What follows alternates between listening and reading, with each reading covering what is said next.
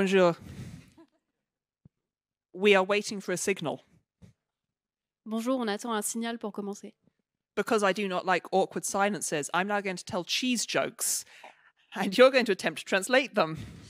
Comme je suis mal à l'aise avec le silence, je vais vous raconter des blagues sur le fromage que je vais devoir traduire. Good luck. What does the cheese say to itself in the morning? Que se dit le fromage le matin? Halloumi! Halloumi. Hello, moi. Hey! What's the best cheese to hide a bear in? C'est quoi le meilleur fromage pour cacher un ours dedans? Camembert! How we doing? We good? We leave you the floor.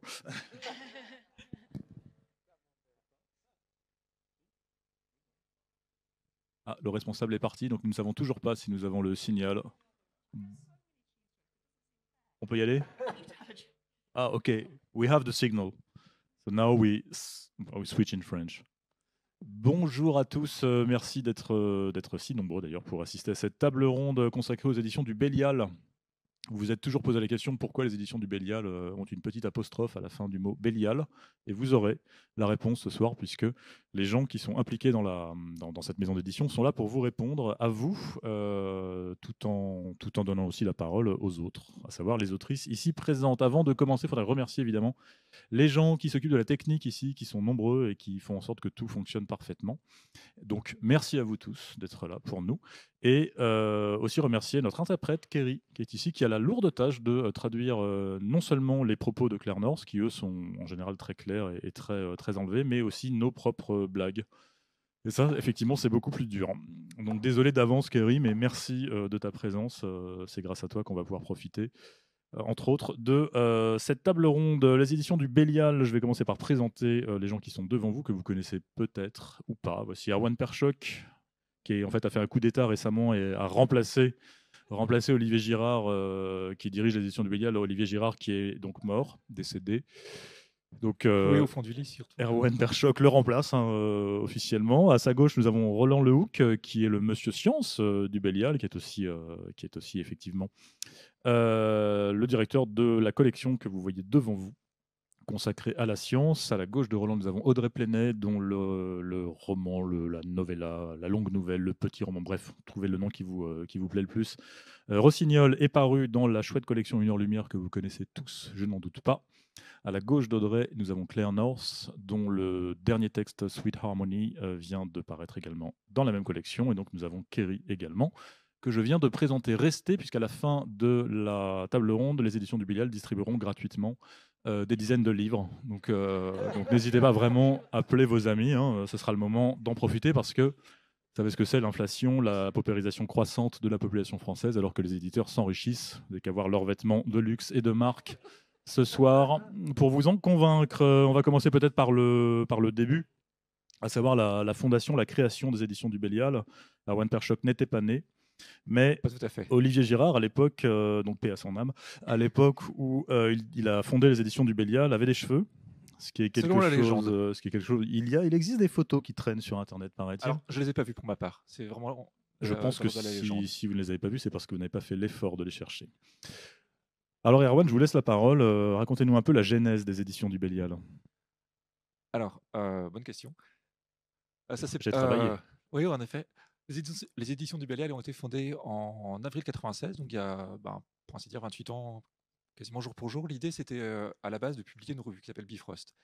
Parce qu'à ce moment-là, en cette époque reculée qu'est 1996, les revues historiques en matière de science-fiction avaient disparu. Il y avait Fiction, il y avait Galaxy, mais aucune des deux n'avait vraiment survécu au passage des années 80 aux années 90.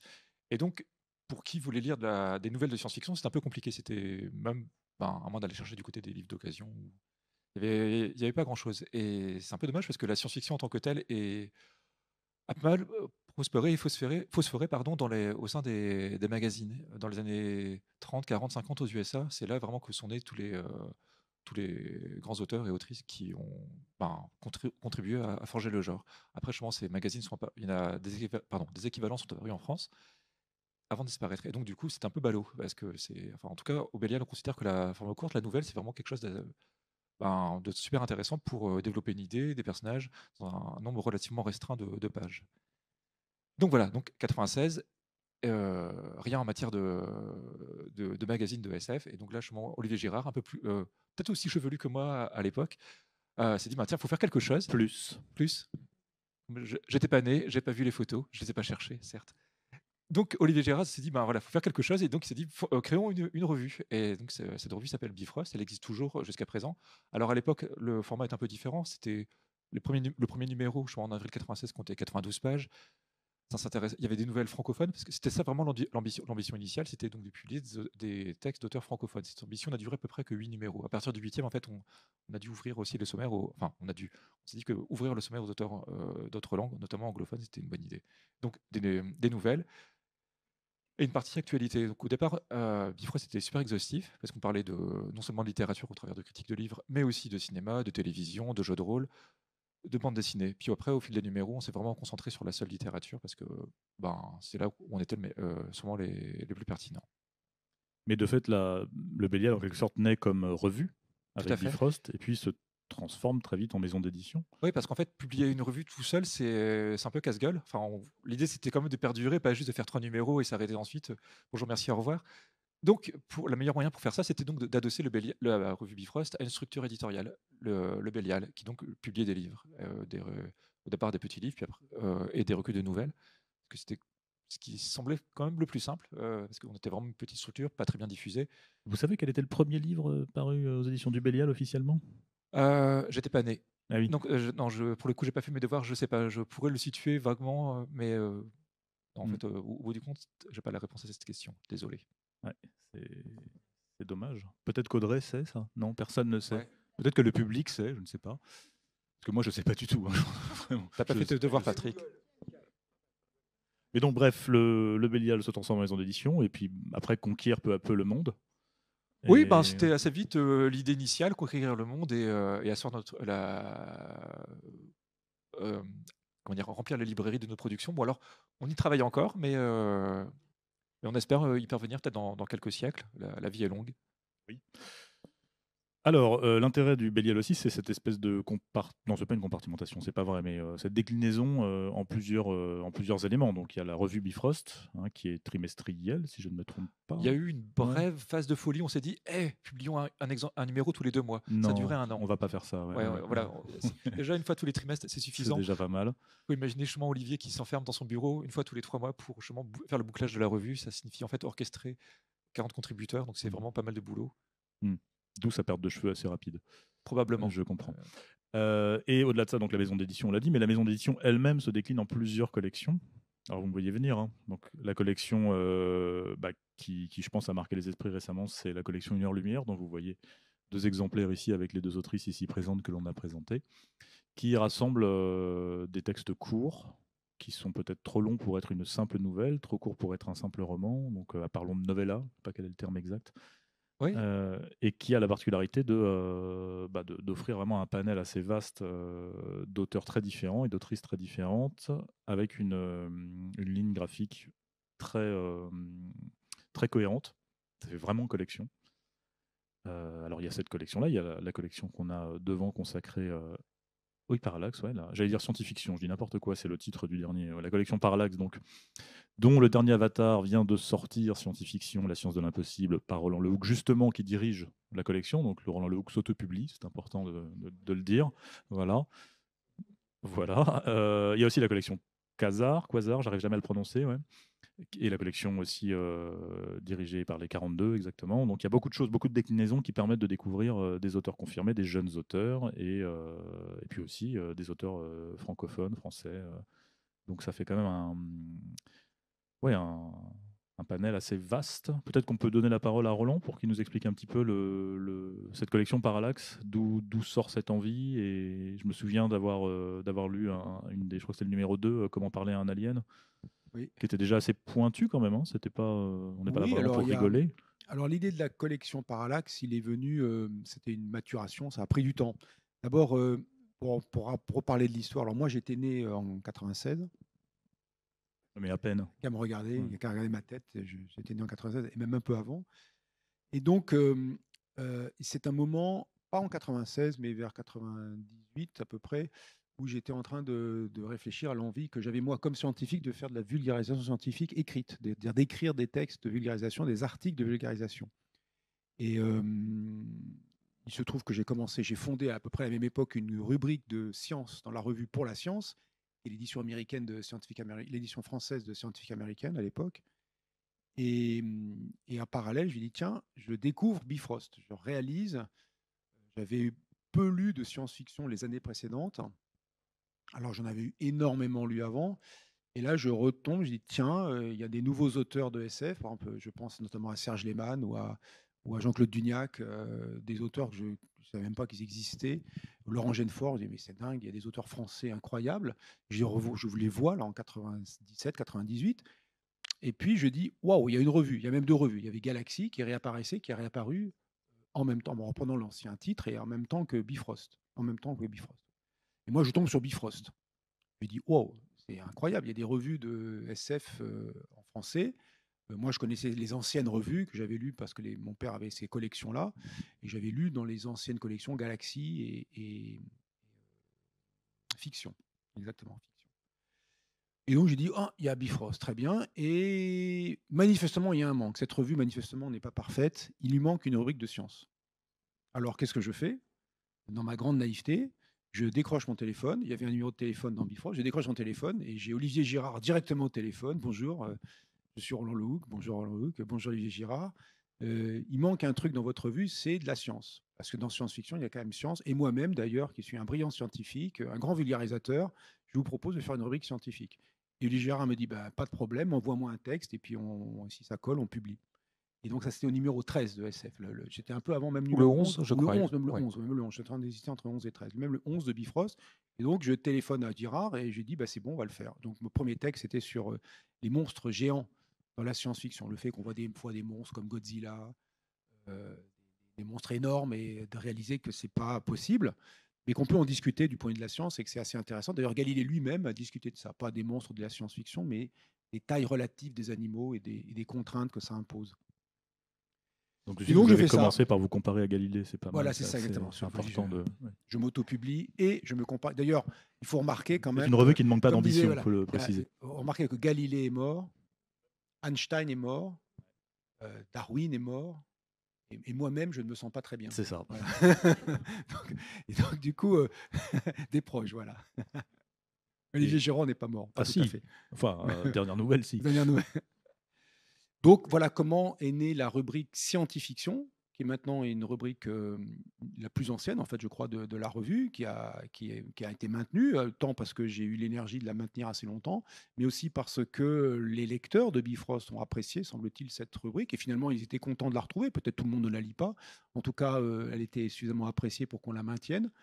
Et puis, ensuite, il y a eu l'idée de faire des recueils. Alors, pendant un temps, les recueils de ces nouvelles, de ces textes, ils ont été faits sur un autre éditeur, aux éditions Le Pommier, parce que le Bélial n'avait pas de place éditoriale, et les moyens éventuellement financiers, et puis même simplement la compétence. Enfin, si vous ne voulez pas se lancer, Olivier est toujours très précautionneux dans son développement. C'est à lui faire injure que de dire ça, je crois. Il fait attention à la façon dont la maison se développe. Il cherche pas à faire. Il cherche à conquérir le monde, mais lentement. Voilà, c'est ça qui est bien, et pas le conquérir le monde instantanément, au risque de se casser la gueule avant d'avoir conquis le monde. Et donc, ça a été publié d'abord chez un autre éditeur, et puis ensuite, au fil de discussions avec Olivier, et puis avec Erwan aussi, avec qui on interagit beaucoup pour Parallax. C'est Erwan qui s'occupe de l'édition de Parallax, tandis que c'est Olivier qui s'occupe des scientifictions dans Bifrost, parce que c'est Olivier qui gère Bifrost. Et bien, du coup, c'est fait l'idée qu'on pourrait peut-être faire des recueils ou des textes. D'abord des recueils de mes textes là-dedans, donc ça c'est la partie auto-publication, mais avant ça, de faire une collection dans laquelle on met dans toutes les disciplines scientifiques, les sciences naturelles, mais aussi les sciences humaines, on met en œuvre l'idée de diffuser, de vulgariser ces disciplines en prenant prétexte de la science-fiction, en prenant les exemples dont on va parler des œuvres de la science-fiction. Et donc c'est comme ça qu'est née la collection Parallax, et avec des numéros qui se sont succédés. Le premier était quelque chose qui ressemblait à l'autopublication, parce que ça concernait un bouquin que j'avais fait avec, c'est avec Steyer, j'ai déjà oublié le premier, avec Steyer, avec Jean-Sébastien Steyer. Jean-Sébastien Steyer, c'est un paléontologue, un collègue aussi, c'est pareil, qui est, que j'ai croisé, que je ne connaissais pas, il y a 20 ans que je ne connaissais pas. Et puis on s'est croisés, ça a été le coup de foudre, parce que lui, il aimait la science-fiction, il voulait parler de biologie et de science-fiction. Mais lui, du côté de la biologie, donc des êtres extraordinaires, des aliens, etc., il connaît ça très bien, il voit très bien comment on peut en parler. Donc on a fait un bouquin commun, enfin on va d'abord des articles communs, donc science-fiction, la rubrique dans Bifrost, c'est d'abord un bac à sable, vraiment un terrain de jeu. Moi, j'ai pu expérimenter des choses dans l'écriture, de la vulgarisation, et puis aussi inviter, collaborer ou inviter pour me remplacer d'autres personnes qui ont écrit sur les villes dans la science-fiction, qui ont écrit comme Landragin sur la linguistique, qui ont écrit comme très récemment Alice Karabédian sur la philosophie politique, en prenant l'œuvre de la culture de Ian Banks comme exemple. Le support matériel, c'est la culture de Ian Banks, c'est pas la philosophie politique dans les grands auteurs, mais c'est ça dont elle parle. Ce qui permet habilement de dire que le numéro actuel de Bifrost est justement consacré à Ian Banks. Et Ian Banks, le dernier numéro était consacré très précisément bien fait, à Ian ça, Banks. Et donc, ça pour dire que c'était aussi un bac à sable, et que de la même façon, la collection Parallax, elle avait vocation. Alors, bac à sable, il faut que ce soit un peu sérieux. Là, c'est des bouquins qu'on va vendre, il faut que ce soit un peu fait proprement. Mais on a suffisamment joué avec science-fiction pour avoir un panel de personnes qui peuvent nous faire des textes dans Parallax, dont Frédéric Landragin, dont tu parlais sur la linguistique, dont Alain Musset sur les villes, c'est un géographe qui a travaillé sur les mégalopoles terrestres, dont encore Landragin qui a parlé ensuite sur les aliens, enfin sur parler avec un robot, sur la partie traitement automatique du langage, parce que c'est ça sa spécialité, le TAL, comme on dit en français, le traitement automatique des langues. Et puis ensuite, il y a eu aussi des auteurs comme Yannick Rumpala, qui est un professeur, qui est un enseignant en politique, en sciences politiques à l'université à Nice, Hugo Bellagamba, qui a fait avant celui-ci Utopie, le dictionnaire utopique de la science-fiction, donc là qui est un Hugo Bellagamba, qui est à la fois auteur de science-fiction, mais aussi enseignant du droit et des idées politiques, de l'histoire du droit et des idées politiques, et qui nous a fait un dictionnaire utopique de la science-fiction. Et puis qui arrive encore derrière, on peut quand même l'annoncer, il y aura des choses sur la chimie, il y aura des choses sur la traductologie, il y aura des choses sur le droit et la science-fiction, il y aura des choses sur la didactique et la science-fiction. Voilà, donc il y a tout un programme. En gros, si vous voulez publier dans Parallax, c'est possible, mais le premier créneau, c'est 2027 sans doute, et peut-être même 2028, parce que maintenant, on a déjà suffisamment de choses en ligne pour que, voilà, on en publie 2 par an dans Parallax, et puis souvent 2 par an. Et donc, on a, voilà, petit à petit, la collection s'est développée. Celui-ci, c'est le 10e opus de la collection Parallax, et notre ambition, plutôt que de prendre le pouvoir, c'est de créer finalement ce que Paul Dorion, un des grands critiques, vous connaissez sans doute, ou qu'on appelle Fedrota aussi dans les forums, Paul Dorion, qui est un blogueur, qui est blogueur et qui est un très bon, très fin connaisseur de la science-fiction, appelle, et on a repris ça à notre compte, l'Encyclopédia Galactica. Nous, on va faire l'Encyclopédia Galactica avec Parallax. Voilà, c'est ça un peu l'idée. C'est ça l'ambition un peu démesurée. Et donc, voilà comment c'est finalement arrivé cette collection. C'était une longue maturation. Et c'est arrivé un peu comme toujours, je crois, au Bélial. Les choses sont arrivées petit à petit par l'envie de les faire, par le plaisir de les faire, et aussi en sentant peut-être la nécessité. Je pense que maintenant, on va parler enfin, on va laisser enfin parler les dames, et on va enfin parler de la collection de leurs textes dans Une heure lumière. Et c'est arrivé aussi par l'envie, par la nécessité, par le ressenti qu'il y avait un besoin, que c'était utile. Et puis, ça s'est fait après naturellement par un soutien des auteurs, des autrices pour les collections littéraires, et par le soutien de nos camarades, de nos collègues scientifiques, et puis par le soutien d'Erwan et de Olivier, qui se sont dit, OK, on tente le coup, on le fait, et puis on essaie de bien le faire. Chaque fois qu'on fait une chose, on essaie de bien la faire pour que ça soit à la hauteur des ambitions des porteurs du projet. Ça donne à chaque fois des objets qui sont plutôt bien identifiés, ce qui est pas mal. Pareil aussi pour la collection Parallax, il y a toujours l'intention de faire une identité, qu'on la reconnaisse. Et donc, c'est Cédric Bucaille. On peut citer quand même le graphiste. Le graphiste, c'est peut-être faire injure que de dire ça. Mais enfin, non, c'est son vrai travail. C'est son vrai travail, graphiste. Et donc, qui fait l'identité visuelle de Parallax. Il lui donne cette identité visuelle très reconnaissable et qui, comme les ouvrages avec Aurélien Polis pour les couvertures d'Une heure lumière, donne une image très forte, très facilement identifiable de la collection. Très cohérente, oui. Alors, on va passer effectivement à 1 heure lumière. Ça permettra à Claire North et à Audrey Plenay de s'exprimer un petit peu. Alors, on va commencer par vous, Audrey Plenay, si vous êtes d'accord. Avant d'être publié au Bélial, vous étiez pauvre, vous étiez seul, vous viviez dans un trou. Maintenant, je roule sur l'or. Et maintenant, vous êtes riche, vous êtes resplendissante, vous connaissez le succès. Et vous avez eu le retour de l'être aimé, vous avez eu de la chance aux examens. Est-ce que 1 heure lumière porte bonheur quand on est, comme vous, autrice de science-fiction? Oui, bien sûr, ça porte bonheur. En fait, il y a toute la force de la collection. En fait, il y a beaucoup de personnes qui ont découvert Rossignol parce qu'ils voulaient ils prenaient tous les 1 heure lumière et c'est comme ça qu'ils l'ont découvert. Il y a aussi certaines personnes, j'ose espérer, l'ont pris aussi parce que ils aimaient le 4e de couverture et vous avez déjà lu d'autres de mes textes. Mais oui, c'est quand même entrer dans une collection qui est comme ça, très dynamique et qui est très portée et qui a déjà un gros lectorat bien établi. Et aujourd'hui, vous voyez vraiment une différence? Oui, je suis invitée aux Intergalactiques. C'est dingue. Non, parce qu'en fait, juste pour dire sur le parcours que moi j'ai pu avoir, j'avais écrit un premier roman de science-fiction / anticipation sociétale que j'avais envoyé à des maisons d'édition qui m'avaient très gracieusement refusé le manuscrit, le Bélial aussi.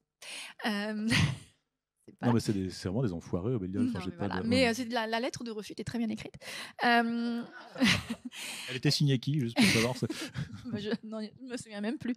Mais mine de rien, ça m'avait. Je l'ai auto-édité parce que je voulais que le texte vive et que je n'avais pas de direction éditoriale dessus. Donc je me suis dit ma direction éditoriale ce sera les lecteurs, quoi. Donc je l'ai auto-édité, je l'ai confronté aux lecteurs et c'est surtout que ça m'a permis d'être présente sur des salons du livre en auto-édité, donc en payant moi-même le stand avec toute la question des frais qui était assez importante. Et aussi la recherche des différentes maisons d'édition à qui je voulais envoyer mon texte m'avait donné une bonne idée un peu de qui faisait quoi. Mais c'est vrai que dans les salons du livre, on les rencontre. Et surtout, le plus important, c'est que je fais Livre Paris en 2018 en vendant un rein pour prendre un stand en auto-édition avec d'autres auto-édités. Mon stand, qui faisait genre vraiment la longueur de mon bras, était coincé entre La Volte et le Bélial. Et donc moi j'étais déjà comme ça. On était 20 auteurs à se partager ce stand. Donc on avait des plannings de rotation de dédicaces. Erwan s'en souvient. Ce qui fait que quand c'était pas mes temps de dédicaces, je me retrouvais dans l'allée, puis je me trouvais un peu poussée, puis je me trouvais un peu poussée vers le Bélial. Et puis il y avait Erwan qui était là avec une boîte de Haribo comme ça pour me. Mais c'est vrai, il avait vraiment. Moi j'ai connu le Bélial par les bons becs, clairement. Une grosse boîte de Haribo, généreux en plus, une grosse boîte de Haribo Maxi ça veut dire que XL. Si Erwan n'avait pas eu cette boîte de Haribo, vous auriez été édité à La Volte. Ce qui aurait été une sorte de déclassement, en quelque sorte, social.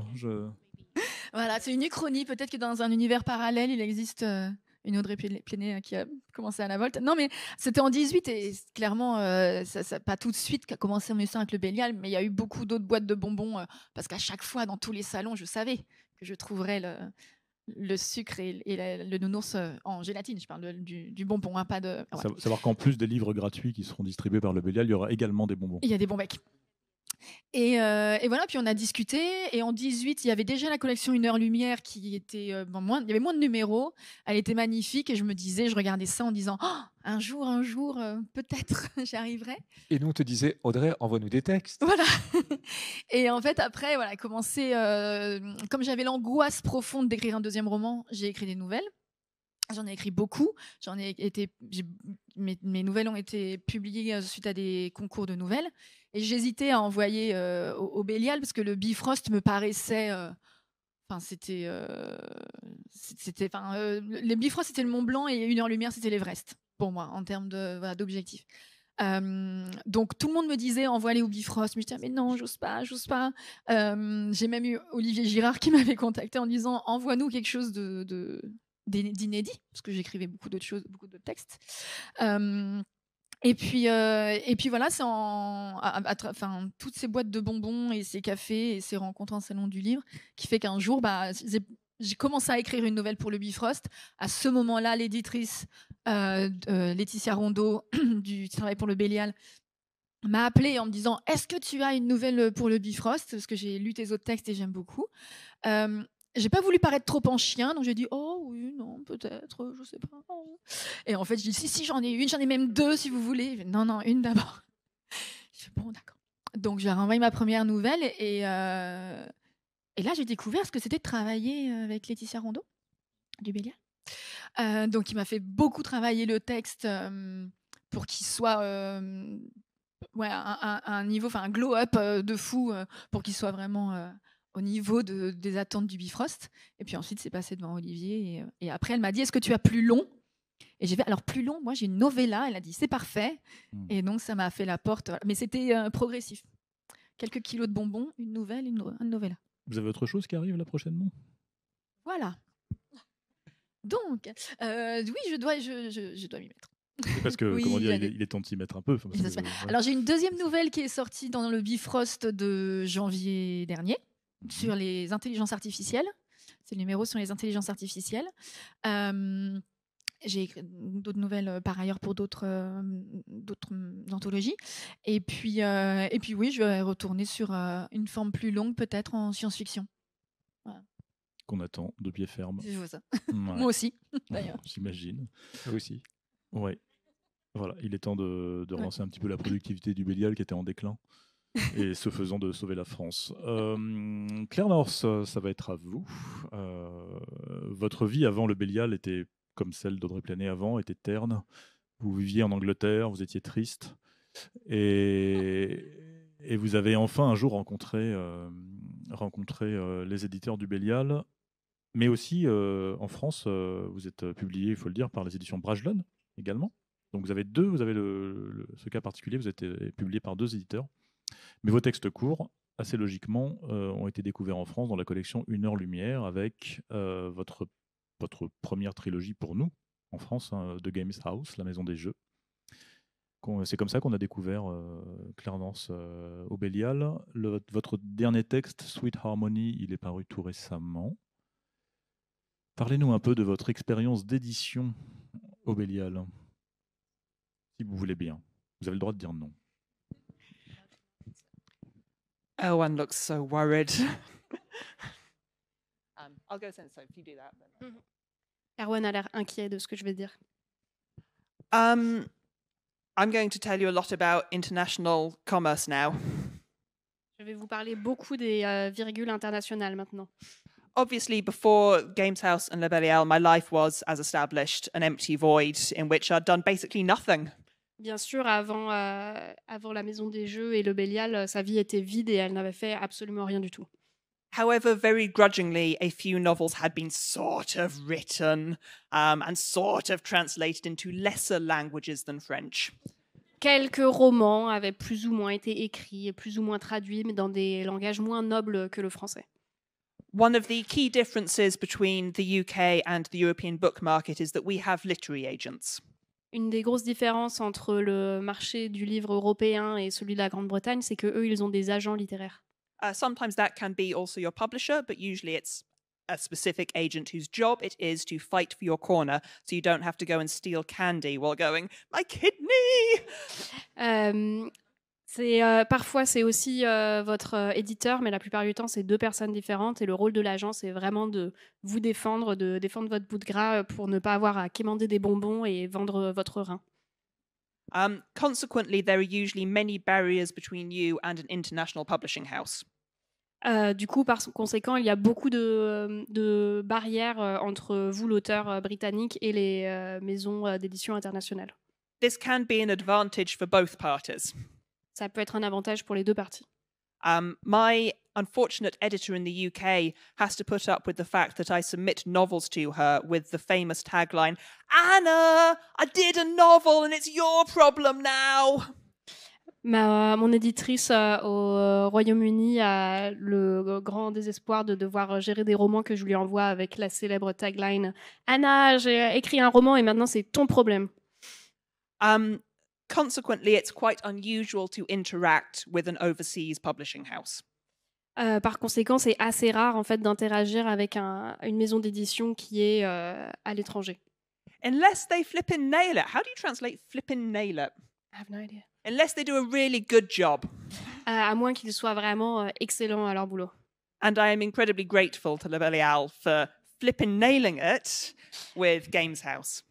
Et elle est très heureuse et très reconnaissante envers le Bélial d'avoir fait un travail extraordinaire avec la Maison des Jeux.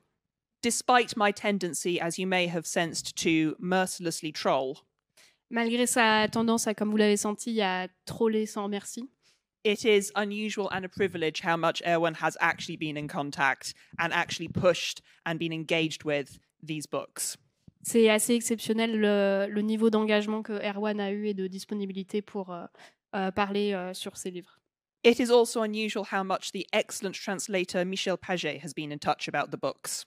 C'est également rare et exceptionnel à quel point le traducteur Michel Paget a été en contact avec elle pour traduire les livres. If indeed, when you get given your free copy of the Games House at the end of this session, Quand on vous donnera votre édition gratuite de la Maison des Jeux à la fin de la table ronde, you will probably have a better reading experience in English, not just because of the translation, vous aurez probablement une meilleure expérience de lecture qu'en anglais, pas juste grâce à la traduction, but because in English we had what is known as a total fuck up with the third book's printing.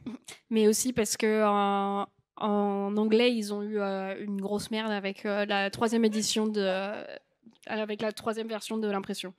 The series of the books, book 1 is in present tense, book 2 is a mixture of present and past, book 3 is past tense. Le premier est au présent, le deuxième est dans un mélange de présent et passé, et le troisième est au passé. The UK editor didn't recognize this and tried to put the third entirely into present tense. L'éditeur, la maison d'édition britannique n'a pas compris et a essayé de tout mettre au présent dans le troisième livre. Resulting in a very messed up book. Ce qui a posé quelques problèmes pour le livre. Michel fixed it, so good on you. You get to enjoy the best possible edition of the Games House. Michel a résolu le problème, donc bravo à vous, vous avez la meilleure édition disponible de la Maison des Jeux. Alors, on va aussi en distribuer aux autres. Est-ce que vous êtes satisfait également de vos autres traducteurs? Puisque je sais par exemple que 84K, qui est aussi un texte assez exceptionnel de vous, a été traduit par Anaïg Wesnar. Et donc, j'imagine que chaque lien que vous avez avec vos traducteurs, vos traductrices sont assez personnels, évidemment. Obviously, as you can see, je parle français parfait. Comme vous pouvez le voir, je parle parfaitement français. Oh, even the word order was wrong. Obviously, the translation of 84K was brilliant. I say that partly because it was, partly because Anaïg Husna, the translator, is lovely and I've met her and she's great. Évidemment, la traduction de 84K a été parfaite. Je dis ça en partie parce que je crois qu'elle est très bien, mais aussi parce que la traductrice Anna Husna Anaïg Wesnar est super sympa et je l'ai rencontrée. However, I do not speak or read French. Cependant, comme je ne parle pas et que je ne lis pas le français, I have no idea if it's good. je sais pas vraiment. I've been translated into Estonian. J'ai été traduite en estonien. No idea. Je sais pas. Vous ne parlez pas estonien? Do you? Yes, bien sûr. Who doesn't? You take a lot on faith. Faut y aller à la confiance. There has been a cliche which is no longer true that in the old days, particularly Polish translations, used to add in ads. Il y avait une rumeur qui disait, une légende urbaine, que les anciens traductions, en particulier les Polonais, ajoutaient des publicités. Aragorn the Ranger approached the gates of Mount Doom. Aragorn le Ranger a approché les montagnes de la montagne du destin. Fueled by Schmersk oats. Grâce à des Coco Pops. Has this happened to me? I don't know. Je ne sais pas si ça m'est arrivé, aucune idée. It is a privilege to be translated. You take it as a privilege. You hope for the best. No one has told me that it's bad, so I assume it's brilliant and an honor to be here. C'est un privilège d'être traduit et il faut juste présumer que c'est bien. Personne m'a dit que c'est mauvais, donc je suppose que c'est super. Et ça me permet de rebondir sur la question de la traduction. Car là, Erwan Perchoc me voit arriver avec mes gros sabots. Qu'en est-il des traductions de vos auteurs francophones, donc Audrey Plenay, Roland Lehoucq, chez d'autres maisons d'édition? Est-ce que vous êtes en discussion avec des éditeurs anglophones ou autres? Comment ça se passe? Comment vous vendez vos auteurs à l'étranger? Mal. Mal? Non, sur le marché anglophone, c'est très compliqué parce que c'est un marché relativement vaste. Donc, ils n'ont pas forcément besoin d'aller chercher des textes à l'étranger, à moins que ce soit des ventes gigantesques. En tout cas, à l'échelle du monde de la science-fiction, du genre Alain Damasio. Et encore, je crois que c'est compliqué. Ou Alain Damasio. Non. Moi, je connais que Alain Raymond. Quoi qu'il en soit, ce qui nous concerne, si pour Roland, je crois qu'il y a eu une traduction de La science et son cinéma en. Oui, c'était en Ukraine, mais une maison d'édition russophone, je Oui, crois. c'est ça, c'est en Ukraine. Oui, c'est ça, c'est en Ukraine pour une maison russophone. Ouais. Oui, effectivement. Et on a eu aussi. C'est improbable, mais c'est arrivé. Non, moins improbable, ou peut-être davantage, c'est une traduction aussi de l'Humaine de Laurent Genefort en turc. Et c'est à peu près tout en fait. On a très peu de traductions à l'étranger. À un moment, on avait travaillé avec un agent qui était censé représenter nos livres à un chemin pour le monde anglophone et ça a donné à peu près rien du tout. Alors, les rumeurs comme quoi Steven Spielberg aurait acheté les droits de Rossignol, d'Audrey Plenay pour en faire un film sont donc fausses. C'est ça que vous nous... Si cette rumeur est apparue au début du mois, oui, je crains malheureusement que cette rumeur soit un peu exagérée. On aimerait pourtant, si quelqu'un connaît Steven Spielberg, qui n'hésite pas à nous mettre en contact, Audrey et le Bélial avec lui. Enfin, on serait vraiment ravis. On aime beaucoup ses films. On va l'appeler. Alors, comme vous avez pu constater, cette table ronde est une débauche publicitaire obscène pour le Bélial. Donc, on va continuer dans cette veine qui, je sais... Dans la partie traduction, oui. C'est pas une traduction, mais on peut citer quand même que au Bélial, il y a eu un certain nombre de livres qui ont été mis en audiobook, enfin qui ont été mis en forme podcast, si je veux dire audible plutôt que lisible.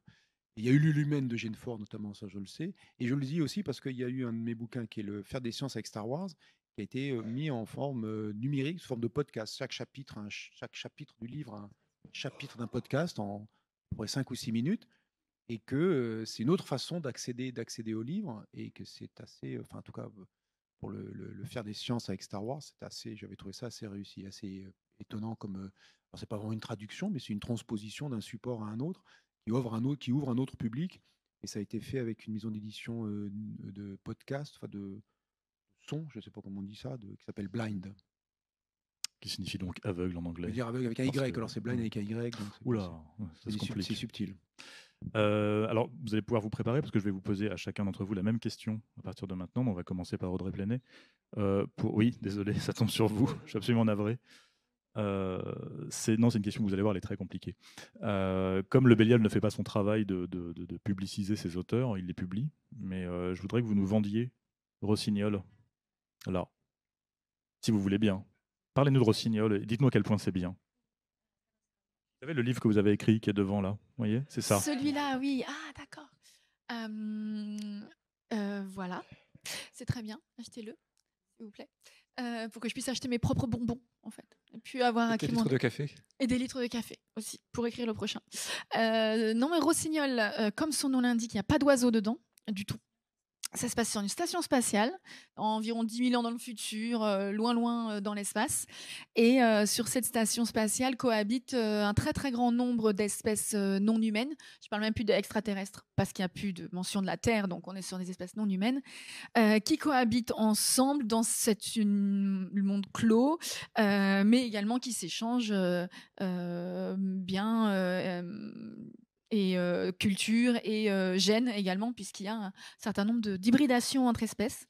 Donc on suit la vie mon personnage principal qui est en grande partie humaine, mais pas que, et qui raconte comment elle est née sur cette station, comment elle embrasse complètement ce monde multiculturel, mais également les frictions politiques et les complications technologiques à vivre ensemble avec autant de personnes différentes, biologiquement différentes également.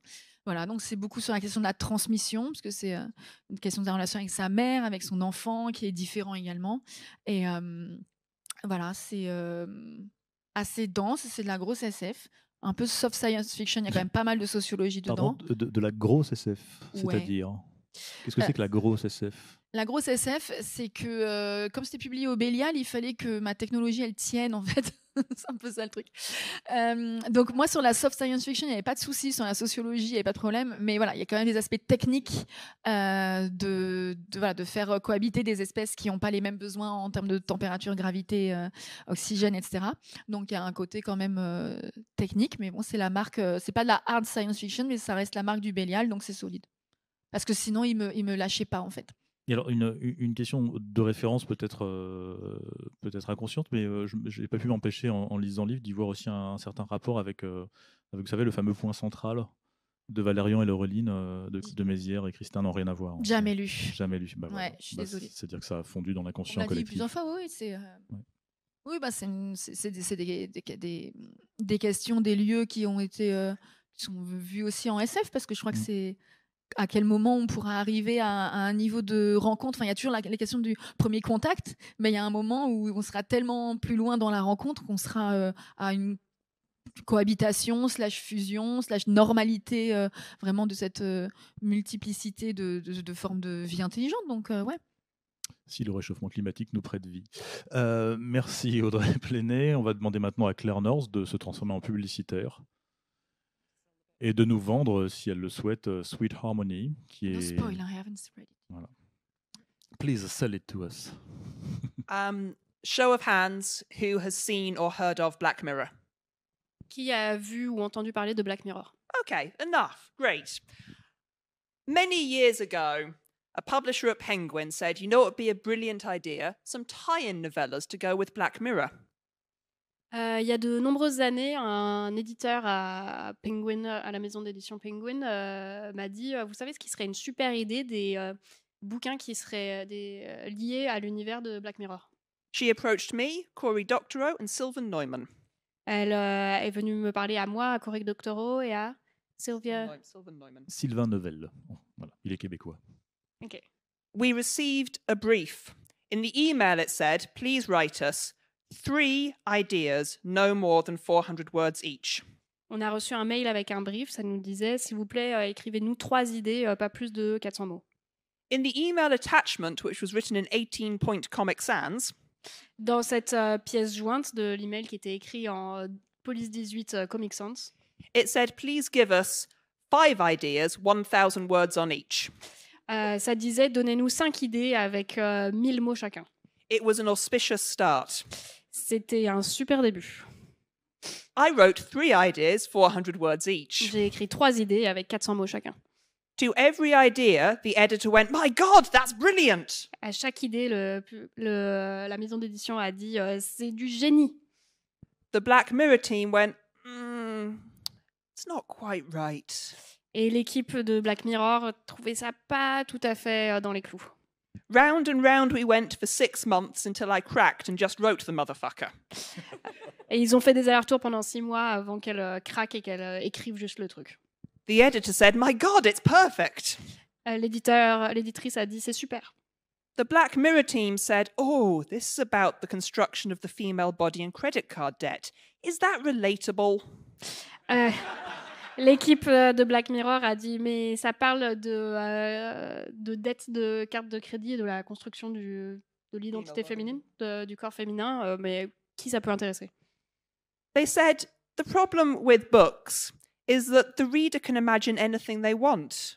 Le problème avec les livres, c'est que le lecteur peut imaginer tout ce qu'il veut.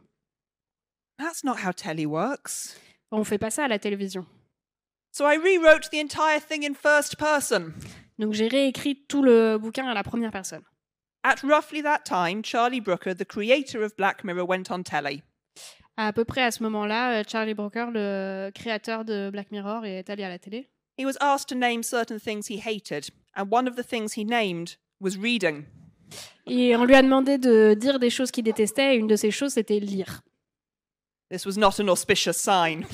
Ça n'augurait rien de bon. 9 months later, the entire project was cancelled. 9 mois plus tard, le projet était annulé. And instead, an interview book was released with Charlie Brooker talking about his process. Et à la place, ils ont publié un livre d'interview avec le créateur de Black Mirror qui expliquait sa manière de travailler. I have not told you much about the book, Je ne vous ai pas beaucoup parlé de mon livre, but I want you to know that I suffered. mais je veux que vous sachiez que j'ai souffert. Have pity on me. Ayez- Come buy the book. Ayez pitié de moi, venez acheter le livre. Voilà, ça s'appelait Vendre un livre. Merci beaucoup, Claire North. Sachez aussi que... Peut-être que Claire North peut répondre à cette question, mais le livre écrit par Sylvain Neuvel, parce qu'évidemment Sylvain Neuvel a eu les mêmes soucis que Claire North, c'est devenu le livre qui s'appelle L'Examen, qui est paru, The Test, absolument, paru livre de poche, voilà, directement en poche. Mais par contre, pour Cory Doctorow, je ne sais pas si son texte a été publié finalement, ou s'il est même paru en français, je crois pas. Nobody knows. Voilà. That's life. Technically, I've already said too much. Oh, ok. Voilà, bref, tout le monde se tait. Roland, à vous, science-fiction, la science de l'impossible. Vendez-nous ça. Oui, voilà, moi, alors je m'en fous qu'on n'achète pas mes livres. Je ne devrais pas dire ça, mais je Votre fais parce éditeur que est ravi. voilà, Ça y est, c'est tout de ça, suite. voilà. Je suis ravi. Merci Roland. beaucoup. Merci. L'éditeur est content. S'il n'est pas l'éditeur, n'est pas content si j'ai un truc pareil. Mais non, en fait, moi j'écris des textes parce que ça me fait plaisir. Et il se trouve qu'il y a des éditeurs qui veulent bien les éditer et des lecteurs ou des lectrices qui veulent bien les lire. Donc ça me fait plaisir. Mais mon objectif n'est pas d'en vendre des millions, mais si ça arrive, je serai content. Et là, pour science-fiction, c'est un recueil de textes qui ont été publiés d'abord dans Bifrost. Donc, c'est des textes, pour ceux qui suivent tous les numéros de Bifrost depuis plusieurs années, ont lu tous ces textes déjà, mais ils étaient éparpillés dans les numéros de Bifrost. Et donc là, c'est un recueil de textes qui ont déjà été publiés donc, dans Bifrost. Ensuite, ils ont été réordonnés pour faire quelque chose qui a une structure, que ce ne soit pas juste posés les uns à côté des autres. Dans Bifrost, c'est au fil des idées. Les textes sont publiés au fil des idées et ça peut être un peu dans tous les sens. Et là, il a fallu trouver une cohérence. Donc, il a fallu construire. On avait fait ça avec Erwan, construire une structure éditoriale, que les textes soient regroupés et que ça fasse des blocs à peu près homogènes en taille. Parce Donc que là, vous c'est un aimez, point, le donc, sérieux, en fait. C'est voilà, ça. pour dire que ça avait été pensé, alors qu'en fait, c'était du hasard complet, mais qu'on essaie de réorganiser ensuite. Et puis, il y avait une chose que j'avais sous la main et que je n'avais jamais publié dans Bifrost parce que c'était trop long, ni ailleurs parce que c'était trop court. C'était la traduction et l'analyse très détaillée d'un texte de Hal Clement, d'un auteur de science-fiction américain, qui a publié Mission of Gravity, Mission Gravité en français, ou Question de poids. Ça a été réutilisé, le nom a été modifié parfois, le titre a été modifié. Et dans ce texte qu'il a publié dans Astounding Science Fiction en 57 ou en 1957 ou 1958, il expliquait en grand détail comment il avait imaginé et créé la planète Mesclin, une planète à très forte gravité qui tourne très rapidement sur elle-même, qui fait un tour en 18 minutes sur elle-même. 18 minutes, donc ça tourne extrêmement vite. Et comment il avait créé ce monde et comment il l'avait meublé, si j'ose dire, pour les extraterrestres qui sont dessus et qui aident les humains à récupérer un artefact d'humain, un objet humain qui est tombé sur la planète et que les humains ne peuvent pas aller récupérer, tant la gravité de la planète est énorme pour eux. Et donc, ce texte m'avait plu, m'avait intéressé, parce que dedans, Hal Clement, d'abord, expliquait tout ce qu'il avait fait. Et donc, moi, comme scientifique, je pouvais comprendre tout ce que Hal Clement racontait. Et mieux, et c'est ce qui est fait dans la traduction qui est là, je pouvais aussi retrouver les sources que cite Hal Clement. Hal Clement dit « J'ai lu l'article scientifique de un tel auteur, j'ai lu un article scientifique qui raconte ci et ça, et j'ai retrouvé tous les articles scientifiques que cite Hal Clement, et je vois très bien comment il a pris l'information qui était dedans, il l'a digérée et utilisée ensuite pour créer son monde.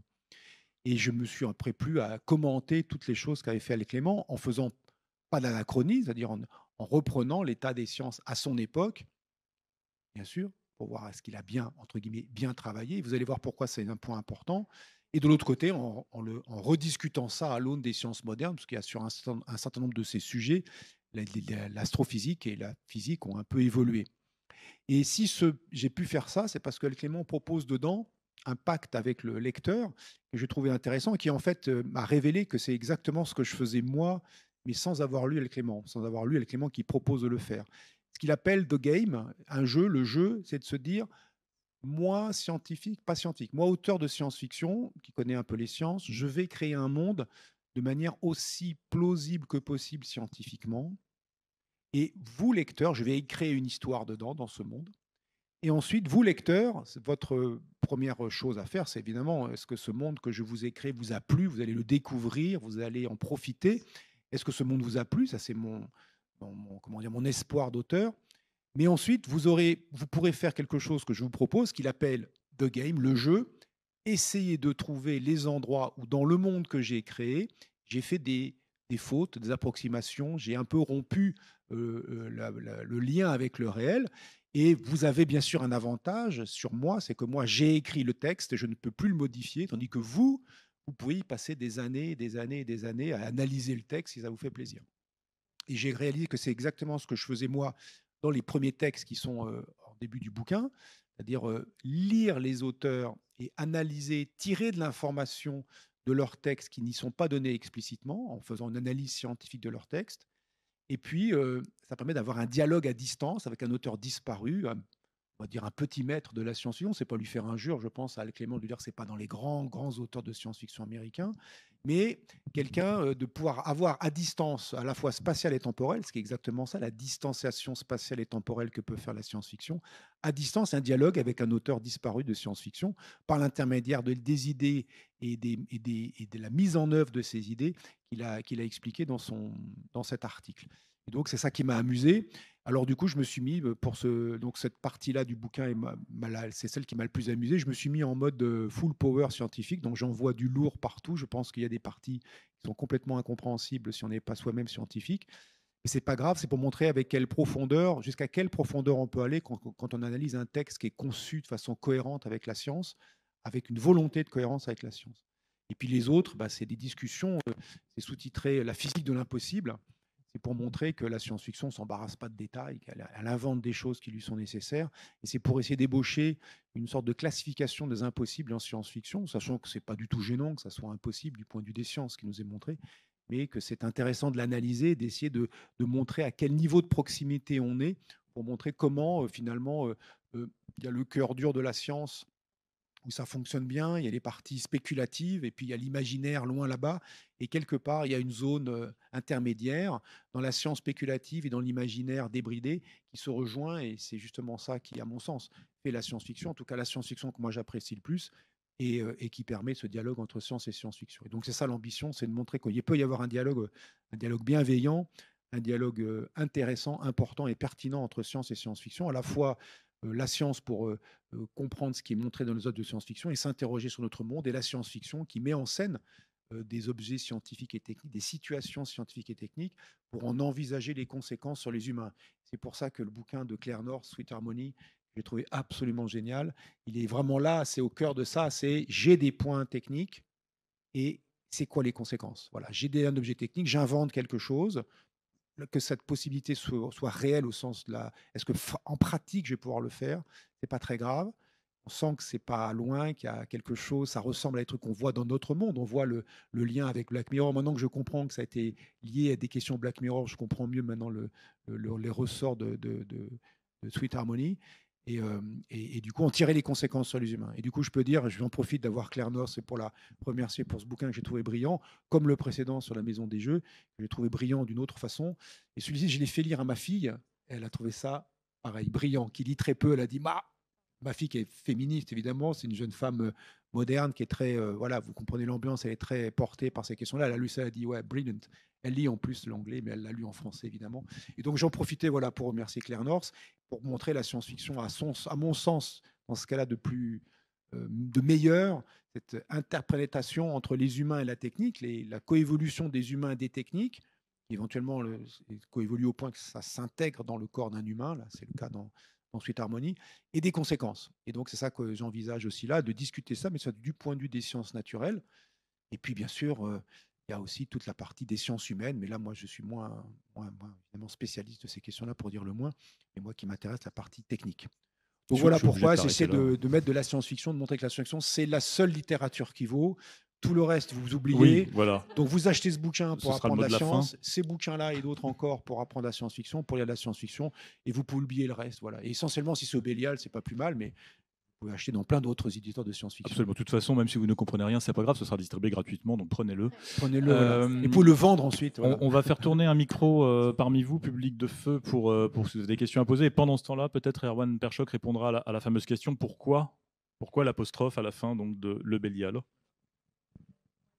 Est-ce que je peux ne pas répondre? Non. Ah, d'accord. Alors, est-ce que ça peut Ah, une question?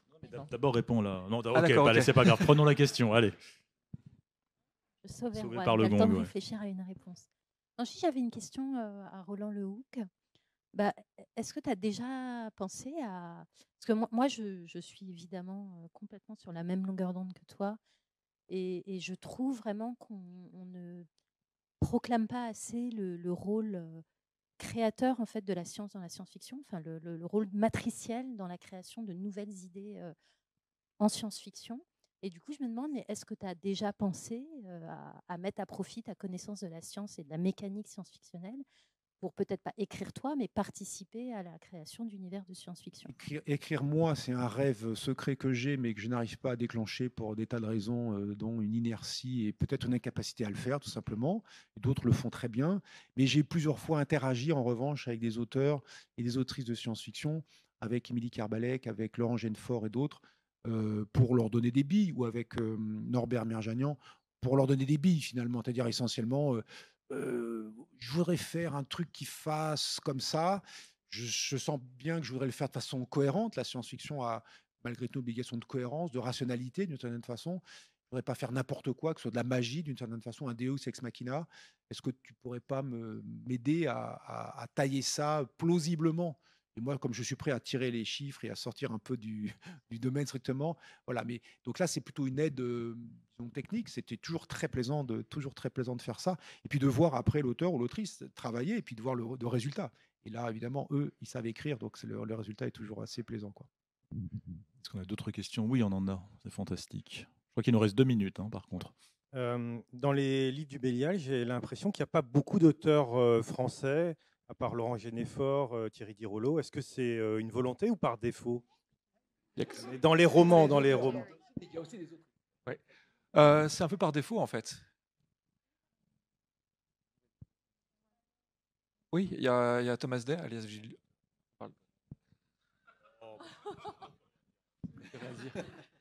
Donc non, c'est plutôt par défaut. Après, on en publie quand même. Enfin, c'est, je sais pas, peut-être. J'irais dire, je sais pas. J'ai pas fait de calcul pour savoir quelle est la proportion d'auteurs francophones par rapport à la proportion d'auteurs anglophones. Mais peut-être qu'on est à 2/5, 3/5, quelque chose comme ça, en faveur des auteurs anglophones. C'est vrai. Mais c'est plus par défaut que par Par contre, volonté. la proportion évolue quand même pas mal vers le français, il faut aussi le dire. Oui. C'est ascendant comme courbe. Ben, ça peut, notamment avec la collection des Lumière, on a commencé justement à publier. Le premier titre de la collection des Lumière, c'était Dragon de Thomas Day, donc Gilles Dumay, donc un auteur francophone, pour dire aux autres auteurs francophones, voilà, la collection vous êtes ouverte aussi, parce qu'on va y publier pas mal d'anglophones, que c'est destiné à n'accueillir que des anglophones. On tâche d'ouvrir, là, j'espère qu'on aura prochainement, ne serait-ce que de l'année prochaine, d'autres textes francophones sous le coude à mettre en avant et à publier. Et Audrey avait quelque chose à ajouter. Je pense que ça tient également à ce que les Français et Françaises écrivent. Je sais que moi, juste avec des auteurs et autrices, la science-fiction n'est pas ce qui est le plus gros volume de manuscrits reçus par les éditeurs. Il y a quand même plus de fantaisie, il me semble, en édité. Donc en SF, il y en a, mais on est moins, et moins nombreux et nombreuses. Et également, la novella, bizarrement, déjà la nouvelle en SF, ça va, mais la novella n'est pas le format de prédilection dans lequel on écrit. En vrai, ça a été un format français à une époque, après on est retombé sur la forme longue, ça s'est fait dans le monde anglo-saxon, mais au final, ça tient peut-être également à la question du format, en fait.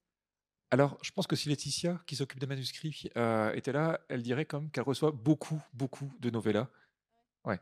Mais depuis... en fait, moi, quand j'ai commencé à écrire ma novella, je savais que c'était pour Une Heure Lumière, je savais que c'était pour le Bélial, je savais que c'était pour toi, Erwan. Parce que je me suis dit, tiens, je vais écrire une novella parce qu'il y avait une maison d'édition qui en publiait, en fait.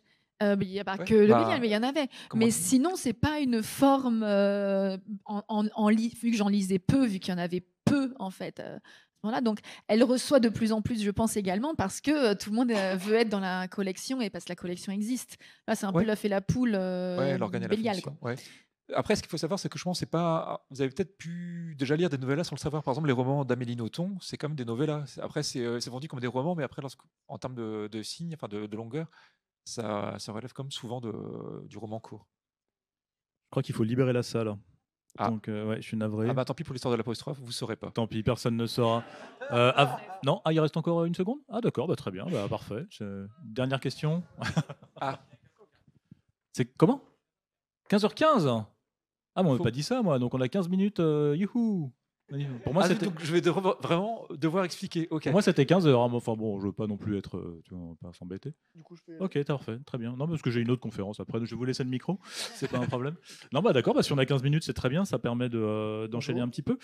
Justement, on a parlé beaucoup de science-fiction, mais pas du tout même de fantasy. Et... Oui. Ah, il y avait une question, pardon, j'ai pas vu. Allons-y alors, allez. Bonjour, ce serait une question pour Claire North. Pour ce genre d'événement en France, est-ce que ça passe uniquement par la maison d'édition Le Bélial, en gros pour demander à un auteur anglophone de venir en France, ou est-ce que ça passe aussi par du coup un agent littéraire en Angleterre? La mise en contact, je veux dire. Unusually, these events come directly to my email address. D'habitude, ces événements me contactent directement sur mon adresse mail. While a publishing house is there to shield me from, not to put too fine a point in it, nut jobs. Bien que la maison d'édition est censée être là pour me protéger des potentiels fous. If they've sold my book to someone, odds are they trust that person to have my personal email address. Mais en général, s'ils ont vendu les droits de mon livre à quelqu'un, ils lui font assez confiance pour avoir mon adresse mail personnelle. And despite everything and the mystery of the apostrophe, I trust Erwan. Et malgré tout, je fais aussi confiance à Erwan. Merci. Je tiens à préciser d'ailleurs que là, pour le coup, enfin, c'est pas juste le Bélial tout seul qui a fait venir Claire North, on s'est associé avec les éditions Brajon, qui sont quand même aussi son principal éditeur, pour la faire venir. Donc ça avait été le cas à l'automne dernier pour les Utopiales et la tournée qui s'en était en suivi. Et donc là, pareil aussi, cette année, avec les 2 séances de rencontres dédicaces que Claire a fait d'abord à Nantes, puis avant-hier à Marseille. I'd also quickly like to thank Anne, who organised basically my entire life and is very stressed from what I can tell and is a miracle maker. Elle remercie Anne qui a organisé tout son planning malgré son haut niveau de stress et qui est une faiseuse de miracles. Une question ici. Oui. Olivier Girard en parle pas mal dans ses éditos de Bifrost, mais quelle est la viabilité économique des petits éditeurs dans les littératures de genre? Souvent, le point principal, c'est la diffusion, le fait que les livres soient présents en librairie. Sans diffusion, c'est plus compliqué d'exister, d'être visible en fait auprès des lecteurs et lectrices en librairie. Donc si ce n'est pas diffusé, c'est plus compliqué. Il faut manœuvrer différemment, je pense, être très présent sur les salons, trouver à exister. Mais en tout cas, c'est ce qui peut en tout cas mettre un peu en péril les petites structures, sachant qu'après, être diffusé, c'est aussi après une autre paire de manches, parce qu'il faut avoir un back catalogue suffisant, il faut aussi avoir du coup un volume d'impression suffisant. C'est compliqué. C'est pas une fuite en avant permanente Si, on peut voir ça comme ça, mais parce que pareil, si j'étais Olivier Girard, je pourrais le formuler aussi ainsi. Et vous l'êtes maintenant.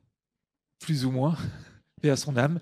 Ce qui est un signe de très bonne santé d'une maison d'édition, c'est se permettre le luxe de ne pas publier de livres, de savoir que le fond vit et permet de faire vivre la structure. Une question au premier rang, oui. Bonjour. De quelle manière, alors c'est une question pour Erwan Perchak. De quelle manière le travail éditorial diffère entre la publication de traduction et la publication d'auteurs français? C'est pas compliqué. Lorsqu'il s'agit d'une traduction, le roman a déjà été édité normalement dans sa langue d'origine. Par exemple, là, pour les livres de Claire North, en fait, on n'a pas eu besoin de lui dire là, on estime que tel chapitre mériterait d'être développé ou que là, c'est trop long. Le travail édito est déjà fait. Il s'agit juste parfois de régler quelques petits problèmes de cohérence, comme avec les histoires de temps pour l'écriture. Après, je pense avec les auteurs francophones, là, on peut davantage interagir pour dire à l'auteur ou l'autrice qui prend une bonne direction, une mauvaise direction, qu'il faudrait rajouter ceci, retirer cela. Enfin, pour le coup, on met davantage les mains dans le cambouis littéraire.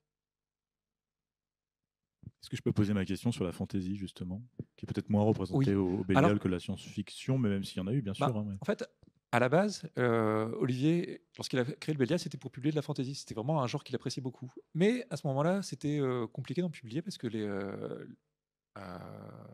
les avances à payer étaient relativement onéreuses et c'était difficile de se le permettre. Par contre, les autres maisons d'édition n'allaient pas tellement sur le terrain de la science-fiction. Donc, tant mieux pour nous, enfin tant mieux pour le Bélial.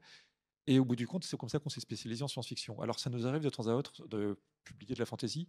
L'an passé, on en a publié, on a quand même publié deux romans qui en relevaient. La première ou dernière de L. Klutzer, Laurel Klutzer, et L'agent et le naufrageur de Léo Henry, qui est ici présent d'ailleurs. Enfin, pas ici, mais dans le coin en tout cas. Et donc voilà, ça nous arrive comme de faire des incursions fantasy. En Une heure lumière, il y a eu aussi Un pont sur la brume de Keith Johnson. Donc bon, c'est vrai que c'est pas ce qu'on fait de façon plus courante, mais c'est pas parce qu'on dédaigne ce genre, c'est juste qu'on a plus d'appétence pour la science-fiction. Et alors la question maintenant que tout le monde se pose, comment on fait pour être publié au Bélial? Il faut envoyer un manuscrit et attendre. Attendre. Longtemps. Attendre. Ouais. Non mais blague à part, vous recevez des montagnes de manuscrits. C'est intéressant aussi de savoir quelle est la vitalité du genre en France. J'imagine que c'est directement proportionnel à la quantité de manuscrits que vous recevez. Je pense que ça dépend vraiment d'une maison d'édition à l'autre. L'an passé, on a ouvert la soumission. Parce que oui, avant, on recevait vraiment beaucoup de manuscrits. C'était de l'ordre de 4 à 5 par jour. Et tous les jours. Donc ça fait beaucoup. Donc au bout d'un moment, on s'est dit, bon, ok, on va arrêter là les conneries parce qu'on n'arrive pas à les lire. On va juste ouvrir la soumission, comme en fait le font certains de nos confrères et consoeurs, juste pendant une certaine période. Donc l'an passé, c'était au mois de mars. Il y en a reçu quelque chose comme 580 manuscrits, ce qui est beaucoup. Mais c'est la moitié-moins de ce que reçoivent nos confrères de la Talente. Donc voilà, on peut dire que les auteurs en herbe sont vraiment en forme. En tout cas, ils écrivent. Après, donc c'est ma collègue Laetitia qui lit et traite les manuscrits. Et en matière de roman, pour l'instant, elle n'a pas retenu grand-chose. On reçoit beaucoup de choses, mais pas beaucoup de choses qui nous paraissent convenables, enfin publiables en tout cas. Après, on reçoit aussi pas mal de nouvelles, et donc de novellas. Et là, bon, ça nous arrive parfois de tomber sur des choses qui sont intéressantes, mais c'est comme relativement rare, malheureusement. Ou alors peut-être qu'on met la barre trop haut aussi, allez savoir. Ouais, l'exigence. Qu'est-ce que vous nous préparez dans les semaines, les mois qui arrivent au Bélial, justement? Qu'est-ce qui arrive? Est-ce que vous avez des choses que vous pouvez dévoiler? Oui, dans à peu près un mois, il y aura l'opération Une heure lumière, qui est une opération qui a lieu en librairie et sur notre site pour 2 titres de la collection. On avait dit que ça serait une débauche publicitaire obscène. Ah ouais, c'est vraiment. En même temps, Monsieur Humbert, vous me tendez la perche. Donc oui, l'opération Une heure lumière, donc deux volumes de la collection, plus un hors-série. Le hors-série qui comprend une novelette inédite cette année de Richardson, plus le catalogue mis en forme par une blogueuse, Camille Vino, enfin Vanny de son pseudonyme. Les 2 UHL, il y a d'un côté La marche funèbre de marionnette de Adam Troy Castro, une histoire on va dire, d'ethno-truc. Ça se passe sur une planète, il y a des aliens et ils se livrent à un rituel très mortifère. Ils dansent et puis à la fin de la danse, tout le monde meurt. Ils font ça par centaines de milliers. Et bon, les humains et d'autres espèces observatrices voient ça avec un œil bon, ok, faites ce que vous voulez les mecs, mais ça devient problématique lorsqu'il y a des humains qui commencent à se modifier extensivement le corps pour participer à cette danse. Il y en a de plus en plus. Enfin, il va y en avoir de plus en plus d'humains qui font ça. Et donc là, ça commence à devenir problématique. Donc ça, c'est La marche funèbre des marionnettes. L'autre qui part en même temps, c'est Kid Wolf et Kraken Boy de Sam J. Miller. C'est une histoire... comment on pourrait résumer ça? Une histoire de boxe, de tatouage dans le New York juif des années 20. Oui, des années 20. Et donc une romance gay entre un tatoueur et un boxeur. Et c'est trop fou. Et le prochain Claire North au Bélial, c'est quoi? Bonne question. Claire North, c'est quoi le prochain? Fort de Bélial, hein, exclusively. Owen just whispered novella. I have done a short story you can have, finally. I did one. Ok, il faut nous l'envoyer. J'ai écrit une nouvelle que vous pouvez publier enfin. But I regret the thing I actually just finished is a space opera. Pew pew! Mais je suis désolée de vous annoncer que je viens de finir un space opéra. Qui lui sera publié quelque part en France? Non, on ne sait pas. Est-ce que les éditeurs vont se battre pour ça? If everyone buys all of these wonderful books, I'm sure that'll encourage French publishers. Si tout le monde achète ces livres merveilleux, ça encouragera les maisons d'édition françaises. On a serious note, a lot of people these days do choose to read the English copy, and that is great, but it does keep the local language market alive to actually just buy the translated one as well. both. De nos jours, beaucoup de personnes font le choix de lire la version originale en anglais, ce qui est super, mais ça limite aussi du coup le marché des éditions traduites. Du coup, n'hésitez pas à acheter les deux. Voire acheter 2 exemplaires de chaque livre, ce qui est quand même préférable, parce que vous pouvez l'offrir, c'est important. Est-ce qu'on a d'autres questions au public? Oui. Dans quelle mesure, quand on est éditeur ou quand on est auteur-autrice, on choisit les manuscrits ou donc les sujets en fonction des sujets de société importants du moment? Par exemple, un futur écologique désirable, socialement juste. Audrey, peut-être que tu veux répondre? Je s En fait, je saurais pas dire si c'est vraiment. Enfin, c'est pas dans. Moi, je le fais, mais pas trop dans une logique de. Ouais, je vais écrire sur un sujet d'actualité et c'est sûr que ça va parler aux gens parce qu'actuellement tout le monde en parle et je vais surfer sur la vague. Je pense que c'est juste que les auteurs et autrices, on est comme tout citoyen et citoyenne et on est dans ces débats-là et on est dans ces questionnements-là et voilà, et on est dans ce flot également de sujets et donc ça émerge à un moment de dire bah voilà, ces sujets que j'entends parler d'une certaine manière, j'ai envie de le traiter en SF. Alors moi, j'avais traité la question des intelligences artificielles il y a quelques années quand personne n'en parlait. Et donc quand j'ai écrit une nouvelle sur les intelligences artificielles pour le Bifrost, j'étais là, mais non, moi je l'ai déjà fait en fait. Je l'ai déjà fait il y a 5 ans, mais c'était passé sous les radars. Donc là, j'ai dû imaginer une deuxième nouvelle sur le sujet qui est différente, heureusement. Mais voilà, c'est plutôt parce qu'on est dans les réflexions relativement classiques et que ça émerge assez naturellement dans nos esprits. Ensuite, voilà, il y a quand même la question de faire voilà, des imaginaires positifs. Bon, c'est aussi, oui, il va y avoir un côté d'appel à texte ou de concours où on voit que c'est des choses qui sont demandées, ou c'est des thèmes également de festivals. Donc voilà, il y a aussi au niveau des professionnels des maisons d'édition ou des festivals, etc., qui mettent le sujet en avant. Donc, quand on nous demande une nouvelle dans une anthologie pour ce thème, on colle au thème. Mais, voilà. Mais je pense que c'est parce qu'on est tous traversés de ces questions en général. En tout cas, nous, lorsqu'on choisit d'éditer un texte, de le publier, c'est parce qu'il nous a plu en premier lieu et pas parce qu'on veut publier un thème spécifique, juste parce que la novella, le roman nous a plu. On imagine aussi que si elle vous plaît, cette nouvelle, c'est parce qu'elle résonne peut-être avec l'actualité. Oui, aussi, ça c'est sûr. On ne va pas chercher activement des textes sur un thème spécifique, c'est juste un texte peut nous être proposé, et il peut se trouver être en résonance avec l'actualité, auquel cas, ben, tant mieux, mais c'est pas quelque chose qu'on va... Et vous avez le temps quand même de chercher en quelque sorte des nouvelles voies, ou vous êtes déjà constamment sous l'eau avec ce que vous éditez maintenant? C'est assez compliqué d'être éditeur, parce que l'éditeur, c'est défricheur aussi, c'est pas facile de... On tâche de le faire quand même, mais de rester attentif à ce qui se publie, notamment dans le monde anglo-saxon. Parce que oui, enfin, on peut pas... Enfin, les auteurs qu'on publie, certains sont morts déjà, donc c'est un peu compliqué d'aller chercher de nouvelles voix si elles sont décédées. Donc... Oh, ça va avec l'AI, c'est brouillé. Hein. Oui. Bon, on a d'autres questions? Oui, une dernière, allez, puis après on clôt la séance.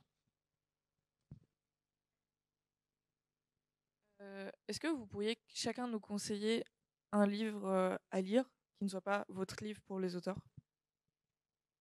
Seul? Ouais, un seul, c'est le jeu. Si je peux. La saga Terra Ignota de Ada Palmer au Bélial, c'est 5 livres, mais c'est une saga, donc ça marche. Voilà. 6500 pages, c'est rien. Voilà, et c'est une brique chaque bouquin. Très bien pour caler les meubles. C'est plus marrant que Bruno Le Maire, vraiment. Franchement, n'hésitez pas. Non, c'est brillant, c'est assez ardu en tant que tel. Enfin voilà, c'est ardu, mais la récompense qu'on a à la fin est génialissime. Et sur 5 livres, bizarrement, moi, mes préférés, c'est genre le 4. Pourquoi? Voilà, trop bizarre. C'est vraiment génial. Alors, c'est génial parce que Ada Palmer est géniale. Et c'est aussi génial parce que la traductrice est géniale aussi. Elle a eu Michel un prix. Charrier. Ouais. Voilà, Michel Charrier a eu un prix également pour ça. Parce qu'en lisant en français, on se dit, mais c'est pas possible. Comment on a pu traduire ce texte voilà, qui est grandiose et brillant à plein de niveaux différents. Et la traduction lui rend justice. Voilà. Donc, Claire North, you have 20 seconds. From within the Belial. Oh, perfect. Everything Terry Pratchett ever wrote. Tout ce que Terry Pratchett a écrit de tout temps. I do not speak French, but I recommend Rossignol because Audrey has just been the nicest, most wonderful person to hang out with. Je ne parle pas français, mais je recommande Rossignol parce que Audrey est super cool. C'est vrai. Et Roland, un livre à nous conseiller? On a déjà conseillé Rossignol, je ne vais pas refaire le... Mais je dirais quoi? Si c'était au Bélial, un truc qui me tombe sous le sens là, mais il y en a certainement plein d'autres. Anna Palmer. Non, pas la Palmer, justement, plus petit. Et je monte dans Une heure lumière. J'ai bien aimé La peste du léopard vert. J'avais trouvé le... C'était qui l'auteur déjà? L'auteur, c'était qui? Je ne sais plus. D'accord. C'est pas grave, les auteurs Ah, Walter John Williams. ont un ego suffisamment développé. La science-fiction, c'est une littérature d'idées, alors je retiens les idées. Et là-dedans, l'idée qui est dedans... C'est pas Ian McDonald? Oui, c'est cool. C'est pas Ian McDonald? Non, c'est Walter John Williams. Ah, Walter John Williams, c'est ça. Qui avait écrit des super trucs aussi câblés, Gravité à la manque, qui avait écrit des choses dans Cyberpunk qui étaient très bien. Ah oui, c'est Finger, Gravité à la manque. Ah ouais. Je suis vieux alors. T'es en train de dire je suis vieux? Non, bon d'accord, ok, j'ai compris. En tout cas, voilà, ça c'est bien. La peste du léopard vert, ça m'avait beaucoup plu. Et sinon, je sais pas, qu'est-ce que vous pourrez conseiller comme essai récent que j'ai lu? Alors j'ai lu un essai récent sympa. Vous allez voir, le titre va vous plaire. Enfin, je le sens aux Intergalactiques, ça va vous plaire. Et l'essai est brillant. C'est un essai sur l'espace, une histoire de l'espace, écrit par Irène Regnault et Arnaud Saint-Martin. Une histoire de l'espace, et surtout le sous-titre qui va vous plaire. Des fusées nazies à l'astrocapitalisme du New Space. Oh, pas mal, joli. Et c'est, je recommande. C'est un essai, disons, universitaire. Enfin, c'est dense, parfaitement lisible par du grand public. Il y a pas de, et il y a beaucoup de notes, et c'est super bien écrit et c'est super bien documenté. C'est vraiment génial. Il faut qu'on rende la place aux autres, aux suivants. Donc, merci beaucoup à vous 5 d'être ici.